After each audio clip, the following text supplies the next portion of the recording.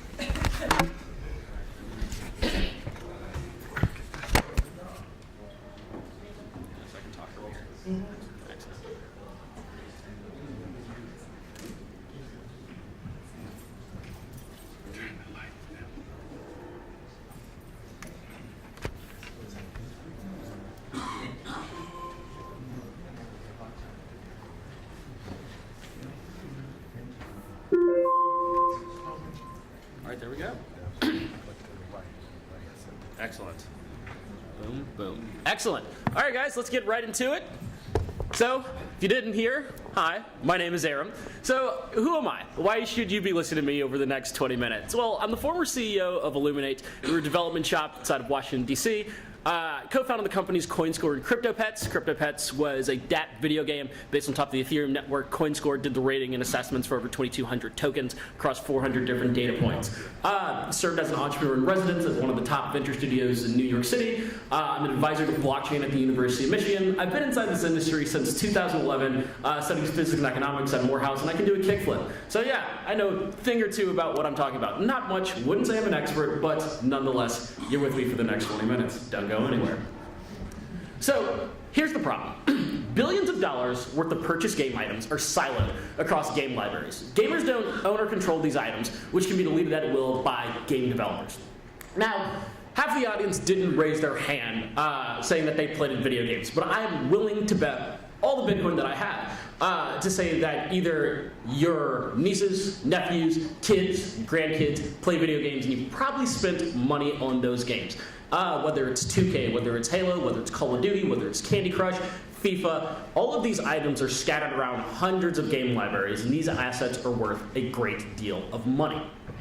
I, for one, spent, goodness, upwards in the thousands of dollars on games such as CryptoKitties, EtherPets, Halo for my rec packs, which I am a huge fan of, and all of these items are all highly siloed. I don't know where they are, and they can be deleted at will, which freaks me out. So, what I did about that was I created VANIMALS. VANIMALS is a network of interconnected games and platforms that allows players to own and control their items. Now, this is big, all right? Unlike other game items that stay in the game you purchase them in, you can take your Vanimal items across a network of expanding games and applications. So what separates us from centralized services like, I think that's the next slide. So why is this special and what we're doing different? So there's three types of services. There's centralized services like an Ubisoft, like a 343, like a Microsoft, and you have your completely decentralized solutions like an Ethereum. And in the middle, you have distributed, which is what we're working on. So when you look at a product like Ubisoft, which are the people behind Assassin's Creed, some of like the top AAA video games on the planet, they have some really big upsides for developers and for their user bases. They've got customer service. There's a 1-800 number you can call. There's low friction. All you need is essentially a console or a mobile phone and an internet connection. You can get updates to the game, which is very, very big. Credit card support, which no dApps are currently supporting, in multiple platforms. They can be expanded across your Xbox, your PlayStation, your PC. However, there are some big drawbacks when it comes to centralized systems. Items can be deleted, siloed data and items, which means you don't have complete ownership of them, and items aren't unique. Just because you think you bought a Ronaldo card in FIFA, somebody at Ubisoft can go and hit a button and literally go and create 1 billion of them. So even though you spent $99 on that card, it's not worth anything because it can be constantly replicated.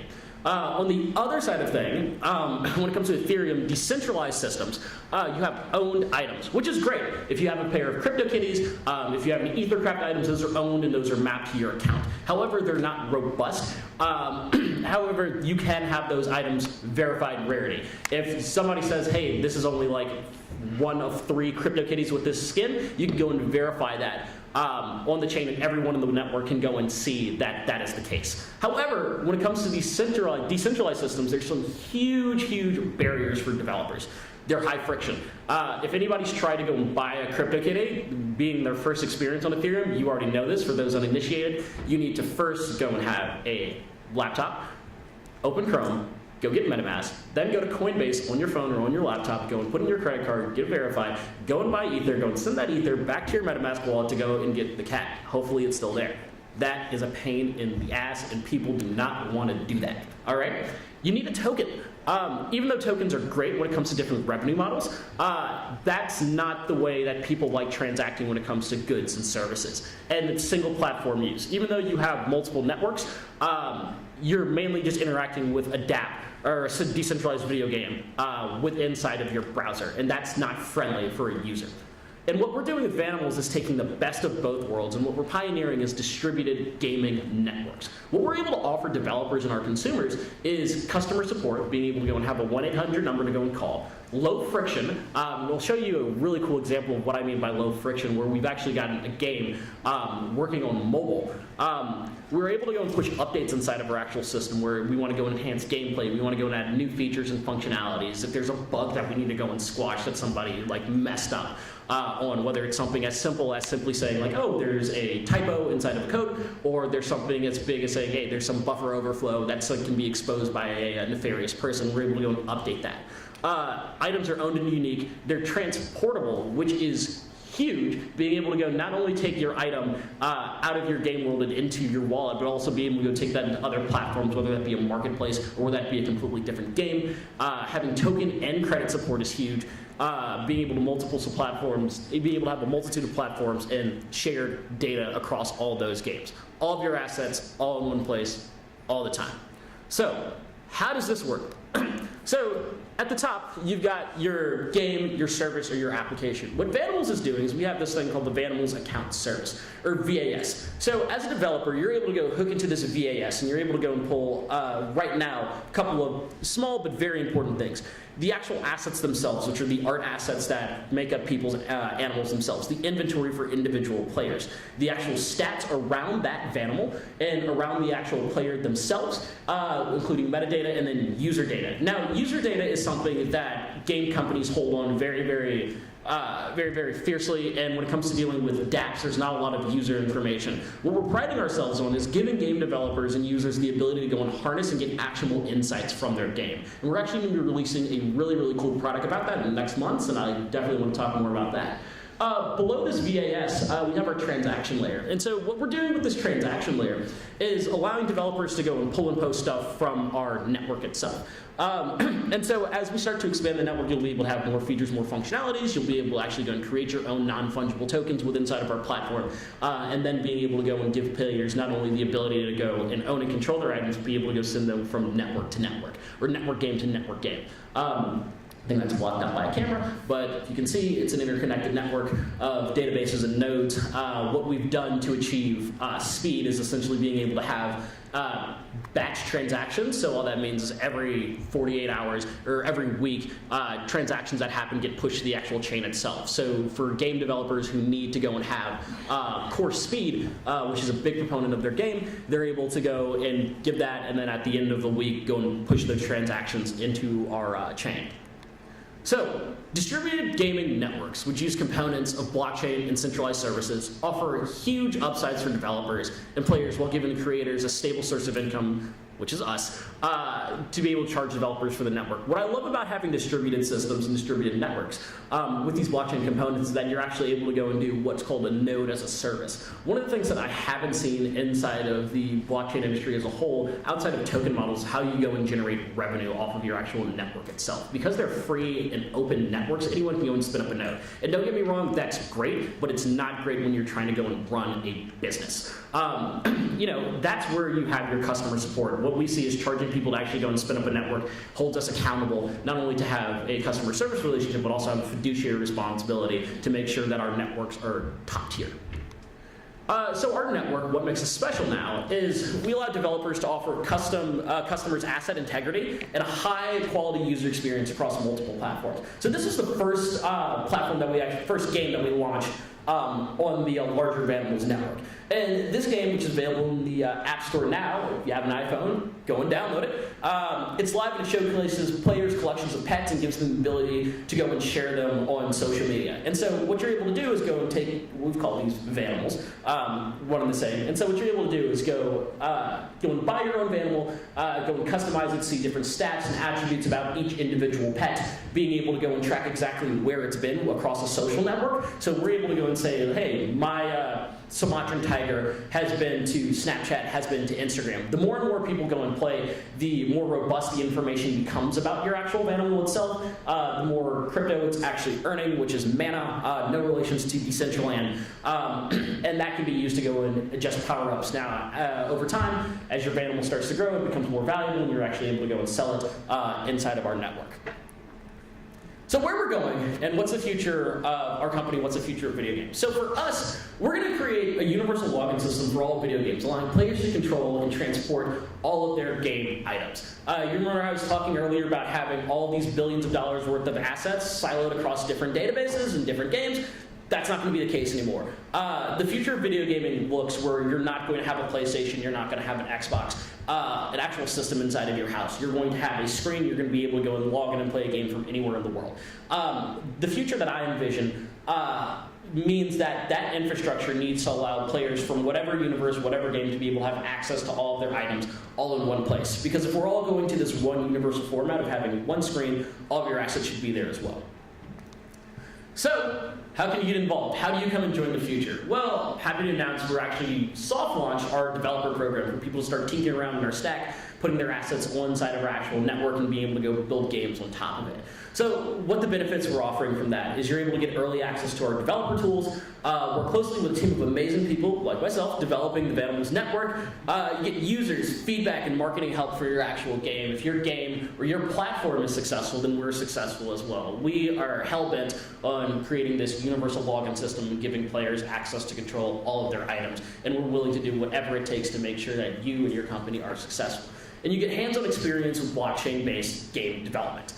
So that's what we're offering. I know there's a bunch of professors in here, so if you or any of your students would love to come work with us on this, this is our new initiative, please come find me. And then finally, shameless plug, as I'm the CEO of this company, yes, we are raising a financing round, so for those with deep pockets, also come find me for that as well. So thank you so much, guys. That was the presentation. If you have any contact information, please shoot me an email at aram@vanimals.co and go download our application in the App Store and give it a test drive. Thank you so much. Let's get into the Q&A.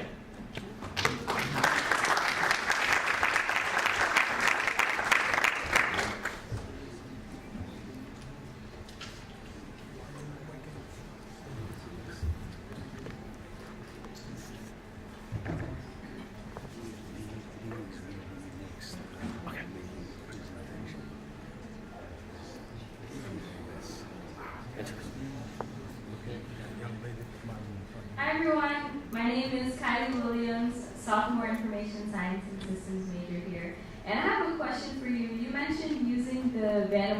on Snapchat, or you can see where it's been. Yeah. Could you just explain how that works and how it's related to the game? Yeah.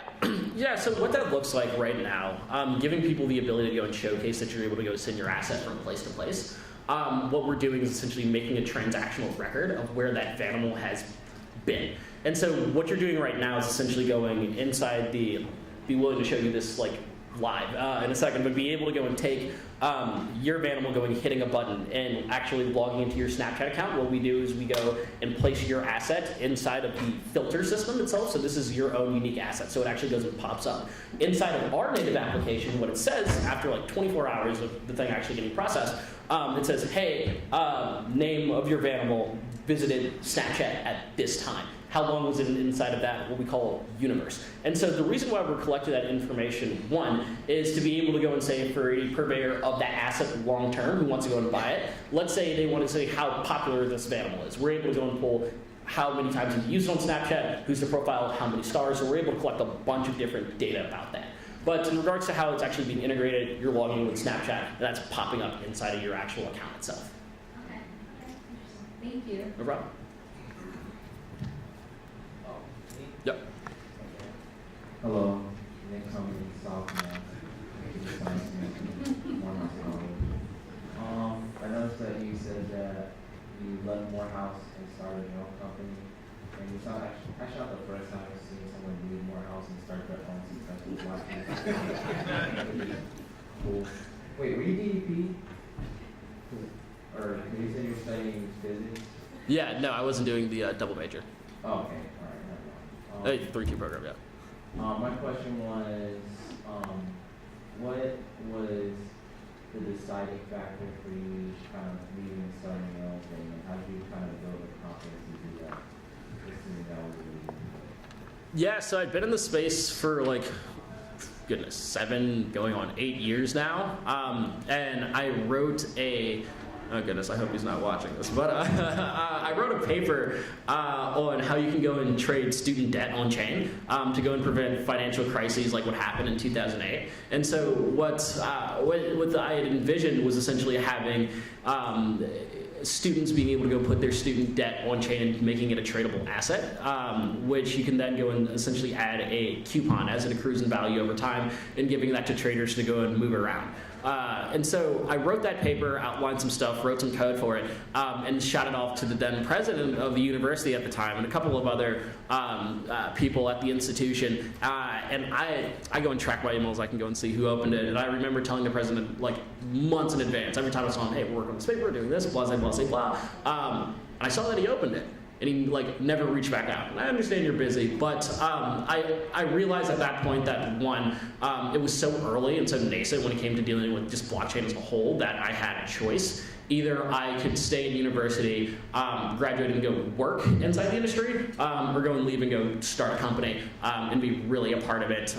What I think is probably one of the most important technological shifts in my lifetime. So that was a no-brainer. Came back to DC, told my parents this is what I'm doing, and they're like, but okay, it worked out. So yeah. Okay, that's good.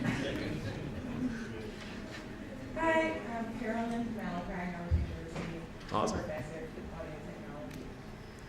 So my question is about NFTs and whether or not you, in your opinion, can see any use for NFTs for recording artists or people who participate in the music industry.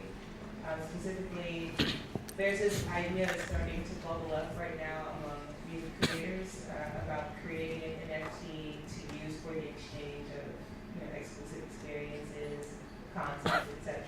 Just want to know your thoughts on that. So it's fresh in my mind because I was meeting with the founder of the company this week. There's this guy named Thomas Hess who used to be the president of Sony Music, and he's working on this really cool company now called Jam Music, which is doing just that. They're not necessarily dealing with non-fungibles, but essentially they're focusing on the super fan, where it's the same principles align in video games. That's where we were having this conversation that about 80% of revenue is generated by 20% of people, whether that's your super user in gaming. There's also the super listener inside of like audio, and so being able to go and connect with that core fan base is very, very important and where I see it and where we kind of share the same vision, is giving those fans something that they can like truly hold on to and saying like, this is unique, this is from the Eagles, this is from Jay-Z, this is from BTS. So having a non-fungible is it's something that's important for people to have. However, non-fungibles, if you recall back to the slide of being able to have something that's distributed, the way that we've abstracted our system is that the user doesn't have to deal with all these private keys. It's much more focused on the developer. So where non-fungibles lie is being able to go and give people authentic merchandise without having to give them all these hurdles around being able to go and get at it. So yeah, I definitely think that there's a future. I highly recommend you look into jam music and reach out to Thomas and see what direction he's taking that company, because it's super fascinating. What's his last name? Thomas Hess. Right. Hi. Hi. Hello. So, 2 points. First, I want to make a point and then I have a question. Okay. My first point is that you're looking for funding, and we should connect you with Spring, which is Ripple's venture capital arm, which just made a pretty big investment in decentralized gaming. I just emailed Ethan. Oh, you did? Yeah. See, we're on it. We're on it. See, Hey. That's how it is at Ripple. We flow like that. So good. Like, let's make sure that happens. The second thing I want to ask you, which is, how do you think, so you have the confidence and you have the support system to say, you know what, I'm going to lean into this, and you lead in early, and you're one of the few Black founder CEOs in this space that I have met. So I just want to say congratulations for your confidence and clearly a support system to your parents, right? And to your community and your village. But my question is, what is your advice as someone who took that jump with not a lot of people to look at as role models? How can we create a system for more entrepreneurship, for young Black talent who wants to lean in? And what, from the industry side, which I'm in the industry, and then on the academic side, I'm not suggesting everybody drop out of school, please, I know where I am. But like creating those pathways so that when a young, talented guy like you reaches out to their dean or to the president or woman reaches out, you're like, you know what, that sounds great. Let me try to connect you with so-and-so. I just would like to know what advice, what's your biggest lesson, and how can we help? Ooh, great question.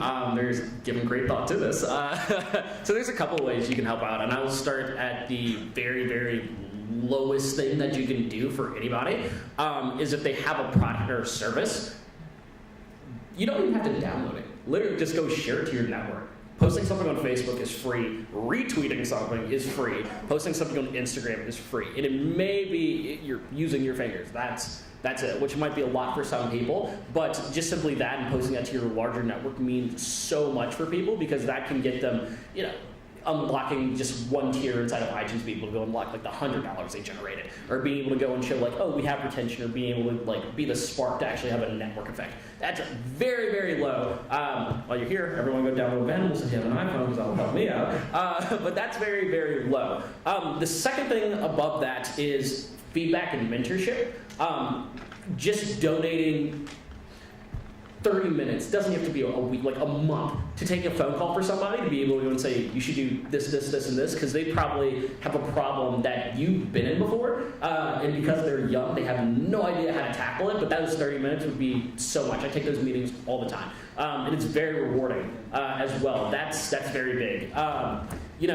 Being able to be a step above that, being a resource where it's actually, helping somebody touch code or doing like work, sitting next to them, co-founding something with someone. That's a very big step. But if you're a professor and you do have these years of experience, being able to go and help out, that's very, very important. In addition to that, connecting to other people inside of your network. That's huge. The big step is like putting money where your mouth is, and actually going and funding people. So when it comes to keeping people inside of like university, which like, don't get me wrong, it is like a really, really good thing. Dropping out is not for everyone. If anything, don't do it. I'll talk a lot more about why not to in a second.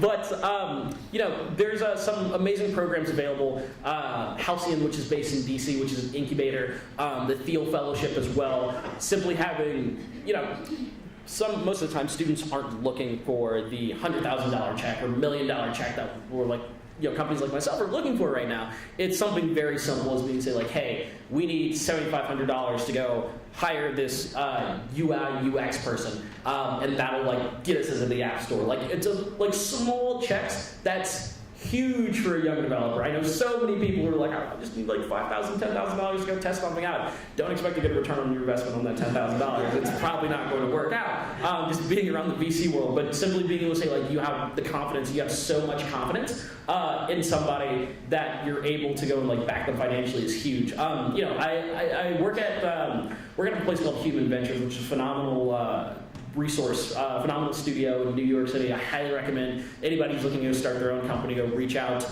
to the team at Human. What Heather, Joe, and Michael are putting on there is amazing. We just hired an amazing woman named Maisha Leaks, who used to be based out of DC. Maisha was telling me that when it comes to dealing with investors, you put it so well, I'm definitely going to butcher it. But she was saying when it comes to dealing with investors, you're not giving money necessarily. It's being able to go and say, it's some person has the time and some person has the money to go do something. So when you're backing somebody, don't think of it's like, oh, we're investments.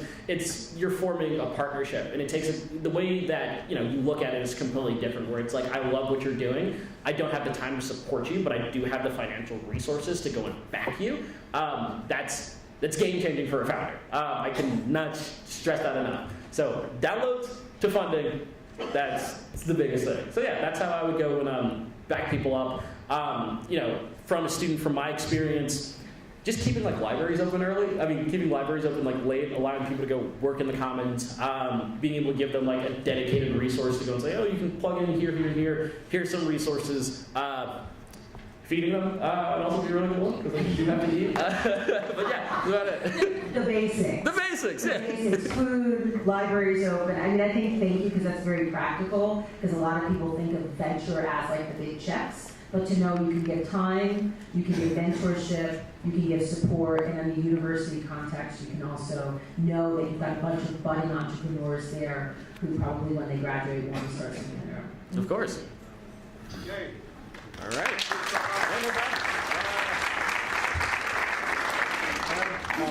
If you come forward. Yeah. Thank you so much for taking your Saturday and come down and share all of your experiences and knowledge with us. We appreciate it very much. Thank you so much. Thank you for having me.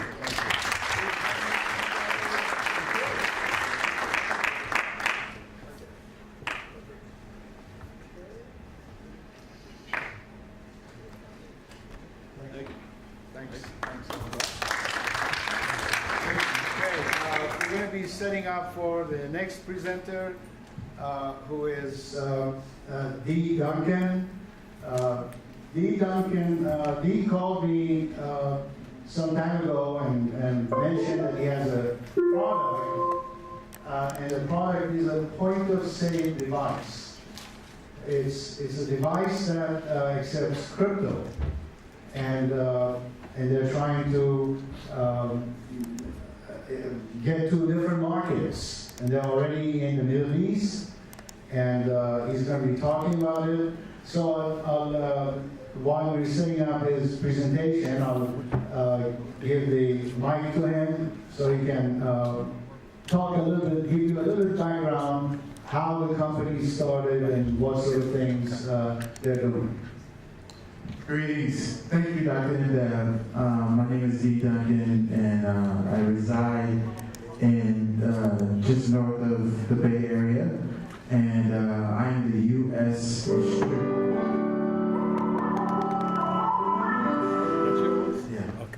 I'm the U.S. distributor for PUNDI. We are a blockchain point of sales company. We're in 30 markets around the world, and we allow businesses to accept cryptocurrency as a form of payment. And it's a pleasure to be here. We'll start our presentation here in just a second.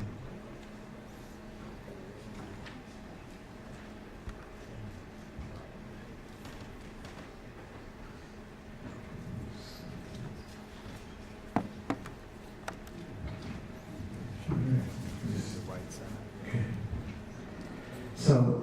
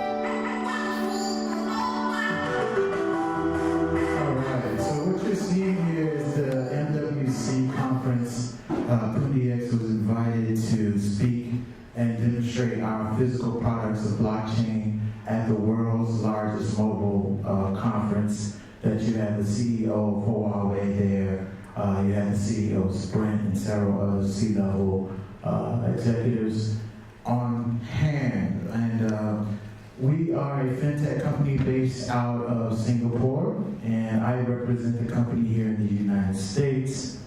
And what I wanted to encourage, I've heard a lot today, thank you Mr. Jacob for making a statement that there are not a lot of companies that have applications or physical products that represent blockchain. We are different. We have a physical product that does represent blockchain, that we are penetrating markets across the world. And this is why I wrote that mass adoption is closer than we think or realize. Just to kind of give you a flavor of how our product works, I'll initiate this video. Today I'm looking for my lunch and also to get a good drink. So I'm here in the cafe area and let's try to see what we can find. Let's get some good food and good drinks.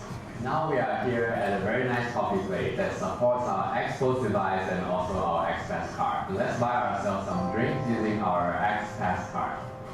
Can I have a chocolate coffee? Yeah.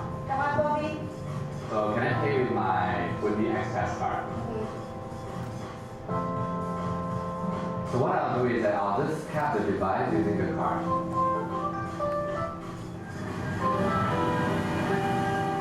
Here we have it. Just bought ourselves a chocolate coffee using the PUNDI Express card. Can I buy a Bitcoin using my Express card? Of course, yeah. The PUNDI Expo's device not only allows me to buy coffee, it also allows me to buy Bitcoin. And we can also buy Bitcoin using mobile application. This is PUNDI, and let's try to buy a Bitcoin using the application. Tiffy, can I buy a 0.1 Bitcoin? Okay. So what I'll do is that I'll use the QR code and let the Expo's device scan my QR code. So I will confirm the payment using my thumbprint. Okay, or the passcode.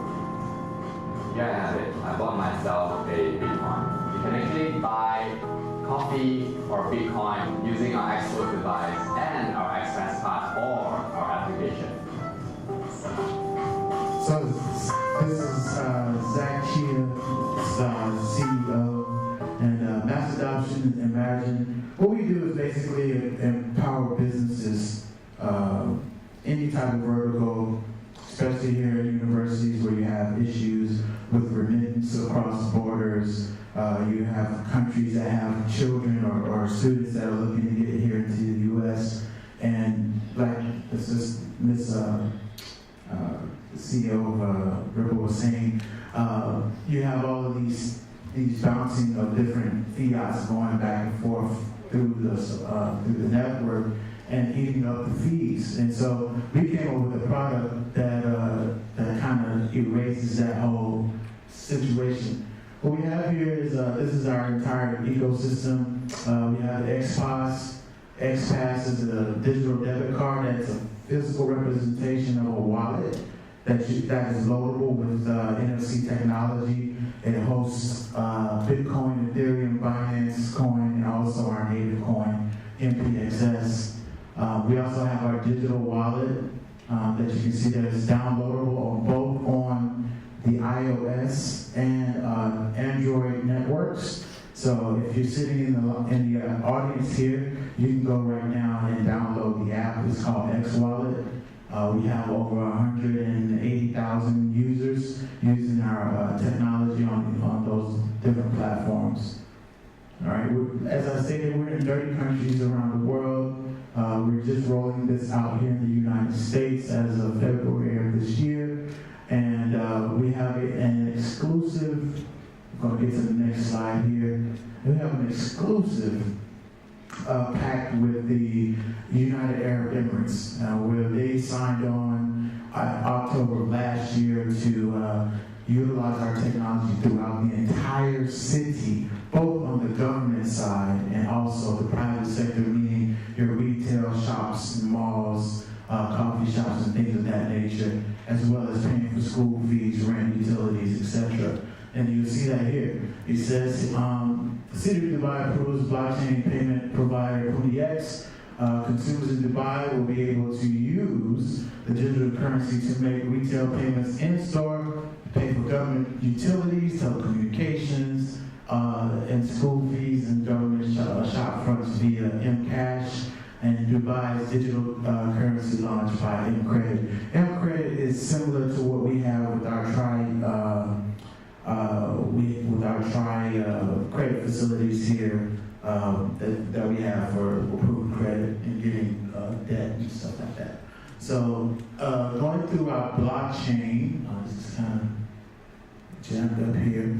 What we have in the form of our blockchain is a FunctionX blockchain that powers our devices, and it's the underlying code to give us the functionality that we utilize to process payments at a very, very high speed. We use consensus algorithms in the form of distributed ledger as a part of FunctionX ecosystem. The blockchain is the building block for our distributed ledger that stores and verifies transactions, including financials, payments, communications, yes, phone calls, file transfer, storage, services, and dApps, and more.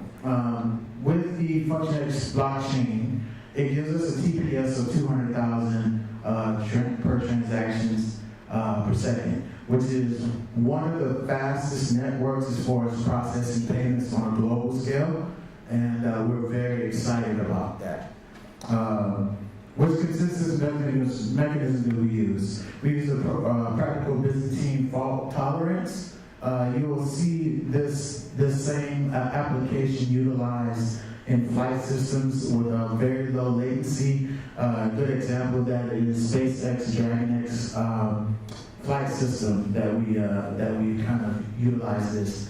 What's unique about our situation here with our technology, this is the actual device here. With FunctionX, we have the ability to utilize these devices called XPOS, and every one of these devices is literally a node. So Bitcoin has 7,000 nodes distributed across the world. Ethereum has 25,000 nodes distributed across the world. Our goal and venture is to roll out 100,000 of these devices across the globe, which will make us one of the largest node-based networks in the world. All right? So the power of our node and blockchain architecture paired with DDocker and IPFS, it's an open source blockchain that gives developers access to different applications, API, and different data sets that they can load in and write code. What's unique about our blockchain is that you can take any app that's on your traditional phones right now, and with one line of code, change it over, and it's literally decentralized. So this is my contact information. If I could have my friend Isaac McCoy come down, please.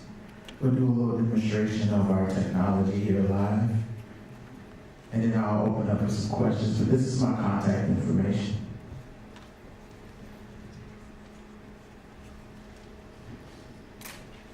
Thank you.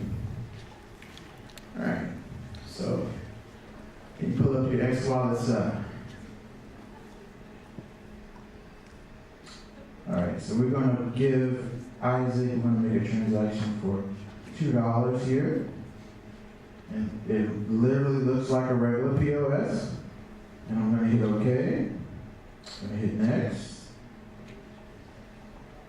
Tell it that is $2. Now it's gonna ask me which do I want to choose to load the crypto. Do I want to load it on my card that I have here? By the way, these are customizable, custom branded, that you can make any design on these cards and utilize them for different use cases, especially in a college environment. Or I'm going to use X Wallet, and in this case, it brings up, you can see here our scanner, which is QR code scanner. Scan the code, I put in my password,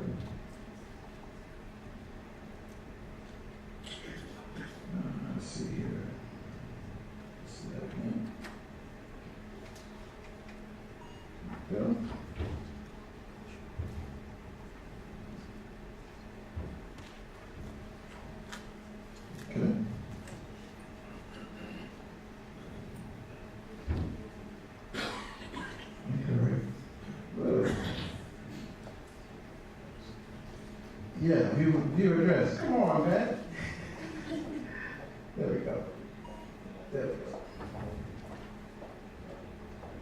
You're good. All right, so we just made that transaction. It took a little longer, but we didn't hit the right button. But this is our product, and I want to say thank you so much to Dr. Ndab for bringing us here on campus. And what we're looking for is to be able to partner with the different universities to roll out our technology on campus, because there are different use cases that we can use this for. You can use this to pay tuition, especially for international students.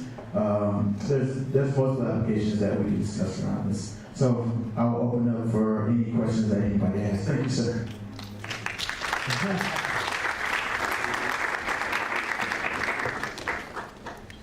And one last thing before you ask your question. One of the unique features of our device is we actually are able to onboard any crypto that's on the coin market cap. So that is definitely doable as well. Yes. Yes. Okay. First, I have to get up here because I'm not the CEO of the world. Yet. My apologies. Come on now. I'm saying, right? You know, everybody's got to have to meet. Ken will keep me honest. I'll be getting a ping from my CEO in about 5 minutes. No, thank you, because I think real-world applications are important. I remember at the first dawn of mobile payments 10, 15 years ago, people said, you know, people will be paying through their phones, and they have.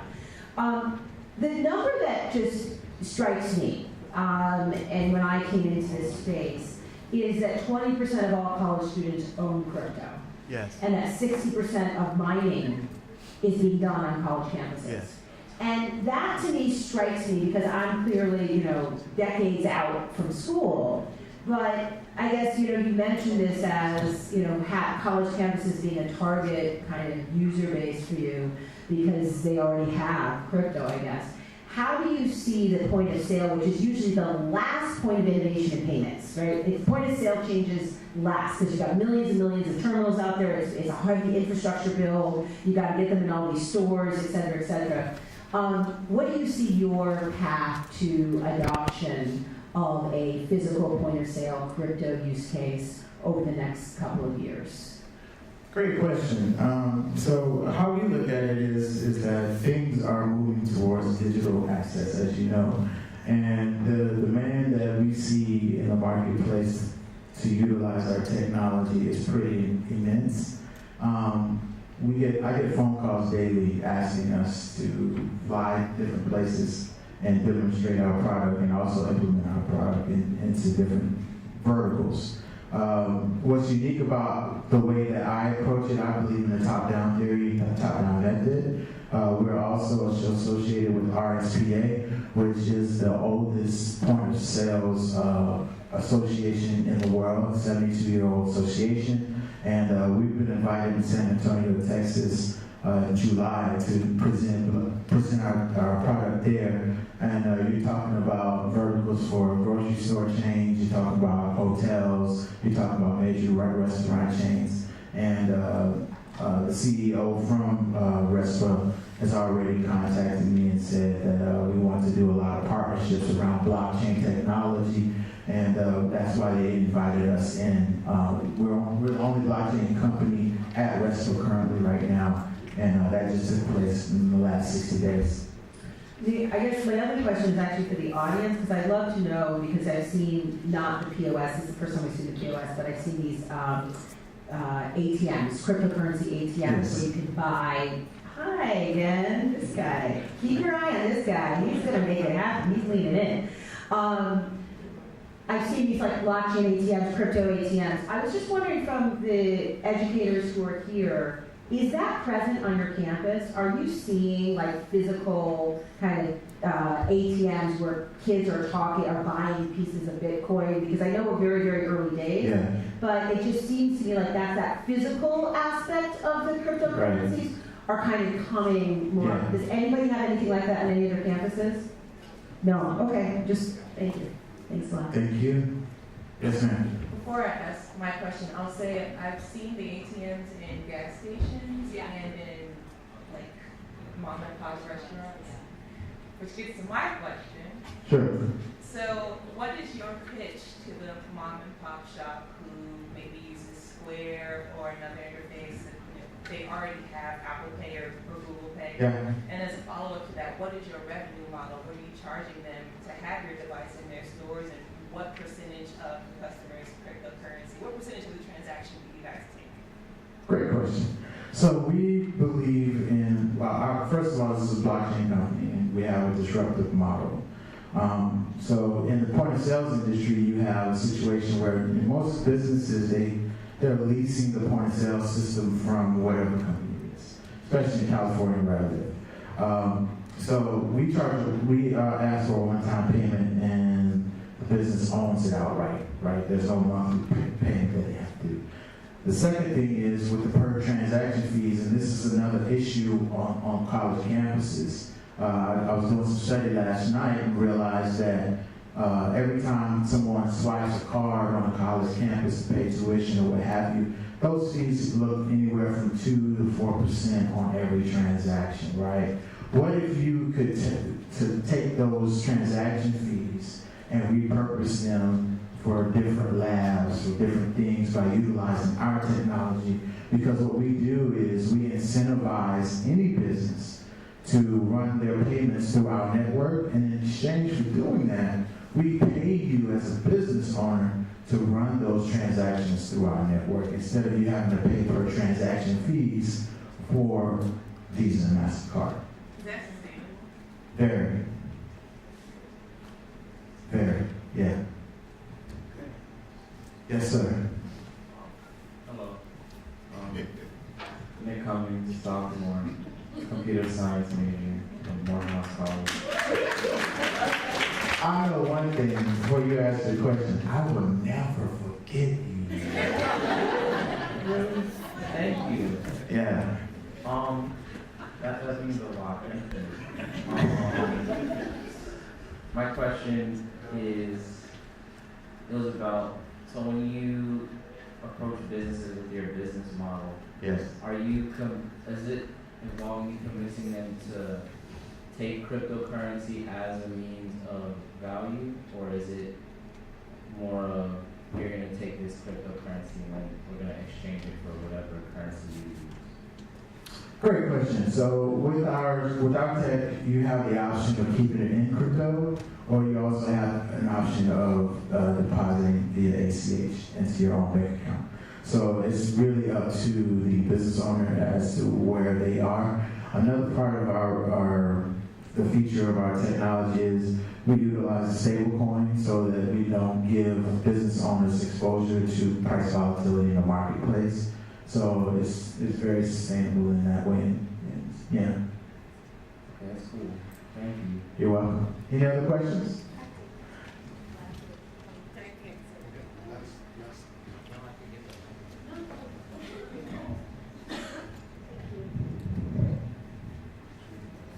I know you say that you are entering the U.S. market.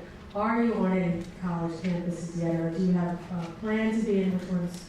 Great question. So we're in talks with, I can't say the names, but yes, we are in talks with a couple of universities, and we're open to definitely implementing our tech on any college or university. So, thank you guys.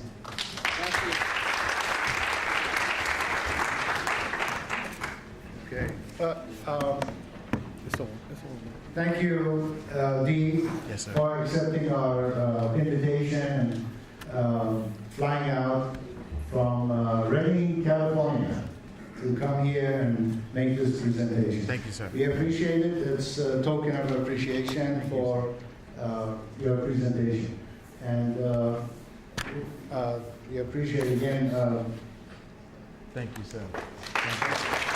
So we're going to move on to the next presentation because we're running a little bit behind, and right after it, we're going to be moving to the atrium for lunch.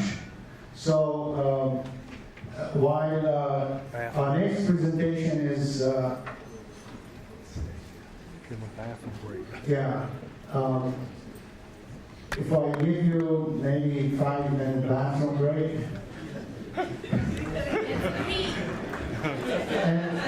And we asked for the AC to be cranked up a little bit.